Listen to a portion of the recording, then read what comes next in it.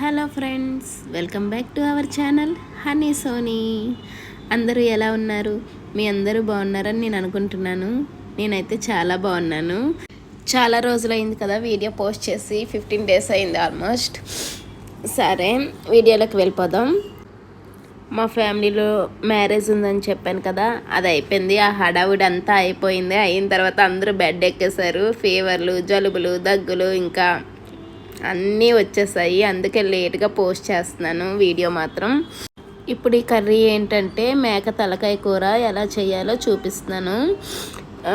ఇది ఎంత ఉంటుందో తెలీదు, కొంచెం పట్టుకొచ్చారు మా బావ. పట్టుకొస్తే అది బాగా క్లీన్ చేసేసుకొని ఒక 2 or 3 times కడుక్కోవాలి.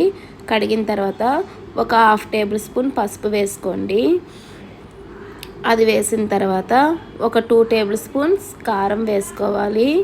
మీకు టేస్ట్కి సరిపడేలా సాల్ట్ వేసుకోవాలి. 1 tablespoon ఆయిల్ కూడా వేసుకోవాలి. ఒకసారి బాగా కలిపేసుకొని ఒక 1 hour పాటు పక్కన పెట్టేయండి. ఇలాగా అయిపోయింది కదా, పక్కన పెట్టేసిన తర్వాత మసాలా పేస్ట్ చేసుకుందాం. ఆనియన్ ఒకటి తీసుకున్నాను, అల్లం వెల్లుల్లి, మీ దగ్గర స్పైసీ ఐటమ్స్ ఏ ఉంటే అవి తీసుకోండి. మసాలా దినుసులు, టమాటోస్ ఒక 2 తీసుకున్నాను. ఇవి మొత్తం ఫైన్గా ఇలా పేస్ట్ చేసుకొని పక్కన పెట్టుకోవాలి. ఒక కుక్కర్ పెట్టుకున్నాను. నేను మటన్ అయినా ఇలాంటి తలకాయ కూర అయినా మాత్రం కుక్కర్లోనే చేస్తాను, ఎందుకంటే గ్యాస్ చాలా వేస్ట్ అవుతుంది నార్మల్గా కళాయిలో గట్ట చేస్తే. అందుకని నేను చేయను. స్టవ్ ఆన్ చేసుకొని కుక్కర్ పెట్టుకొని 1 tablespoon ఆయిల్ వేసుకున్నాను. ఇందాక ఈ తలకాయ కూర మొత్తం అన్నీ కలిపేసుకొని పక్కన పెట్టుకున్నాం కదా, అది అనేది ఇందులో వేసేసుకొని బాగా ఫ్రై చేసుకోవాలి. ఇది ఎంత బాగా ఫ్రై చేసుకుంటే మనకు టేస్ట్ అనేది అంత బాగా వస్తుందన్నమాట. ఒక 15 minutes అయితే నాకు ఇది ఫ్రై అవ్వడానికి టైం పట్టింది. చూసారా ఎంత బాగా ఫ్రై అయిందో? ఆయిల్ మొత్తం పైకి తేలుతుంది కదా, ఇలా చేసుకోవాలి. నాన్ వెజ్లో మాత్రం కొద్దిగా ఆయిల్ ఎక్కువగానే పడుతుంది. ఇది బాగా ఫ్రై అయింది కదా, ఫ్రై అయిన తర్వాత ఒక బౌల్లోకి మొత్తం తీసేసుకోవాలి. ఇది మా మామయ్య గారి ఫేవరెట్ కర్రీ అనమాట. నెక్స్ట్ జలుబు, దగ్గు అవి ఉండేటప్పుడు ఈ కర్రీ తింటే మాత్రం జలుబు మొత్తం పోతుంది. ఇప్పుడు కర్రీ మొత్తం తీసేసుకున్నాం కదా, అదే కుక్కర్లో ఇందాక మసాలా పేస్ట్ చేసుకొని పక్కన పెట్టుకున్నాం కదా, ఆ పేస్ట్ మొత్తం ఈ ఆయిల్లో వేసేసుకొని బాగా ఫ్రై చేసుకోవాలి. పచ్చివాసన పోయినంత వరకు ఫ్రై చేసుకోండి. మీడియం ఫ్లేమ్లో మాత్రం ఒక 10 minutes అయితే నాకు టైం పట్టింది. నేను టైం కూడా చెప్తున్నాను. చూసారా, ఇలాగ పైకి ఆయిల్ అనేది తేలిపోవాలి. అలా అయితేనే మనకు పచ్చివాసన మొత్తం పోయినట్టు తెలుస్తుంది అనమాట. ఇప్పుడు ఇది ఫ్రై అయింది కదా, ఇందాక తలకాయ కూర ఫ్రై చేసుకొని పక్కన పెట్టుకున్నామా, అది మొత్తం ఈ మసాలాలో వేసుకొని బాగా కలుపుకోవాలి. ఒక 2 or 3 minutes వరకు బాగా కలుపుకోండి. కలుపుకున్న తర్వాత ఈ కర్రీ అనేది 2 varieties-గా చేయొచ్చు. ఎలా అంటే ఒకటి పులుసు పెట్టుకోవచ్చు, ఒకటి గ్రేవీ కర్రీలా కూడా చేసుకోవచ్చు.